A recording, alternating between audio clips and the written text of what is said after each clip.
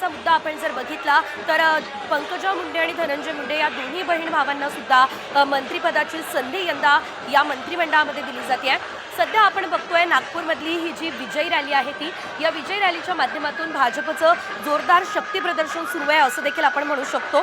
कारण देवेंद्र फडणवीस मुख्यमंत्री झाल्यानंतर पहिल्यांदाच नागपूरमध्ये ते दाखल झाले।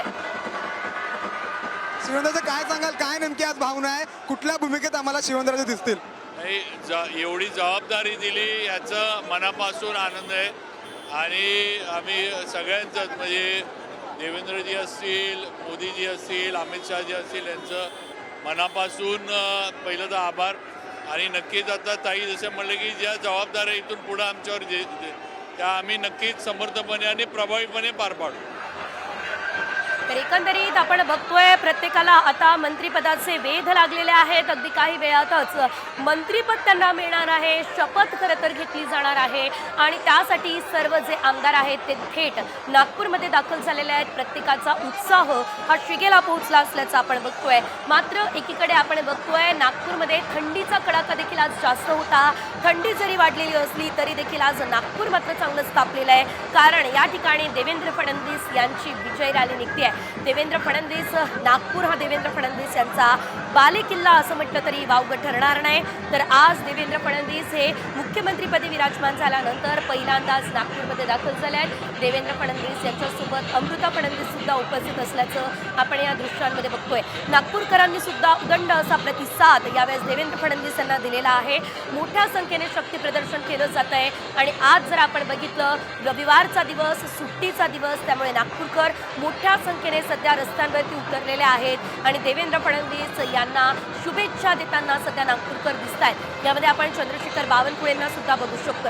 तर महाराष्ट्राचे मुख्यमंत्री म्हणून देवेंद्र फडणवीस यांनी 5 डिसेंबरला शपथ घेतलेली होती। 5 डिसेंबरला मुख्यमंत्रीपदाचा, उपमुख्यमंत्रीपदाचा शपथविधी झालेला होता आणि त्यानंतर तिसऱ्यांदा राज्याचा गाडा खरं तर देवेंद्र फडणवीस हे हाकताना दिसत आहे आणि आज देवेंद्र फडणवीस मुख्यमंत्रीपदी विराजमान झाल्यानंतर पहिल्यांदाच नागपुरात दाखल झालेले आहेत। देवेंद्र फडणवीस यांनी मुख्यमंत्रीपदाची शपथ घेतली आणि नागपूरमध्ये आता त्यांच्या स्वागताची जोरदार जय्यत अशी तयारी करण्यात आलेली आहे। शाही स्वागत म्हटलं तरी वावगं ठरणार नाही, कारण नागपूरचा रस्ता रस्ता कोपरा देवेंद्र फडणवीस यांच्या स्वागतासाठी सज्ज होता, सजवण्यात आला असल्याचं देखील आपल्याला बघायला मिळालं।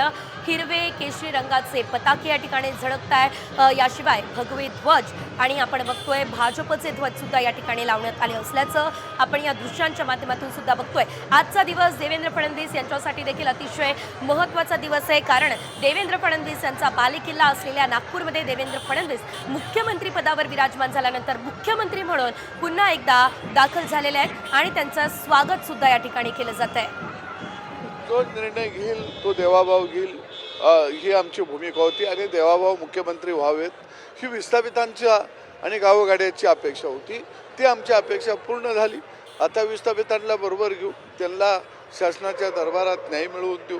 संघर्ष तर हा आमच्या बरोबरच आहे, वेळ पडल्यास संघर्षालाही तयार असू। म्हणजे सत्तेमध्ये राहूनही सदाभाऊंच्या वाट्याला संघर्ष असणार असं वाटतं तुम्हाला? नाही, संघर्ष हा आमचा सावत्र भाव आहे आणि त्यामुळं त्याला आम्ही सोडू शकत नाही। काय, कारण आमची लढाई ही दीर्घ पल्ल्याची लढाई आहे। छत्रपती शिवाजीराजांनी गावोगाड्यातल्या विस्थापितांना एकत्रित केलं आणि पहिल्यांदा लुटारूंचा बंदोबस्त केला, वाड्यांचा बंदोबस्त केला, वेळ प्रसंगी वाडे सुद्धा पाडले। आज देवेंद्र फडणवीसच्या निमित्तानं निदान वाडे पडायला लागलेले आहेत, हे तर बघायचं भाग्य आम्हाला लाभायला लागलेले आहे। कारण आमचा संघर्ष हा वाड्याच्या विरोधामधला होता, आमचा संघर्ष प्रस्थापितांच्या विरोधातला होता